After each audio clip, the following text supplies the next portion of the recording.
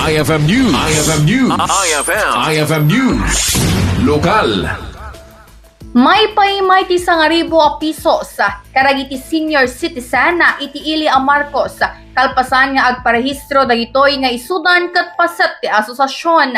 Segon gani Mayor Antonio Mariano, itinadakamat nga ili, daytoy ket sabalipay ti awatan da tulong nga pinansyal manipod ti gobyerno nasyonal. Inay-nanay palaon daytoy nga aktibidad iti maysa nga ordinansa na putar tapno mangipakita iti agtultuloy a suporta karagiti natataengan. Dayja at distribution dayja na ordinansa nga dayja ang parehistro nga senior citizen iso might kanda iti sa 1,000 ti maysa. Hindi, maysa dayja pa nagrehistro na lang. Parehistro dalan. Nga senior citizen.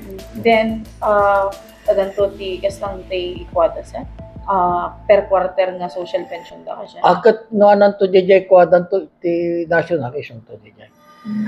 Kabayatan na in panamnama pa iti mayor anarway nga aktibidad para iti pagnamayan ti umili ti maisayang kata iti masakbayan.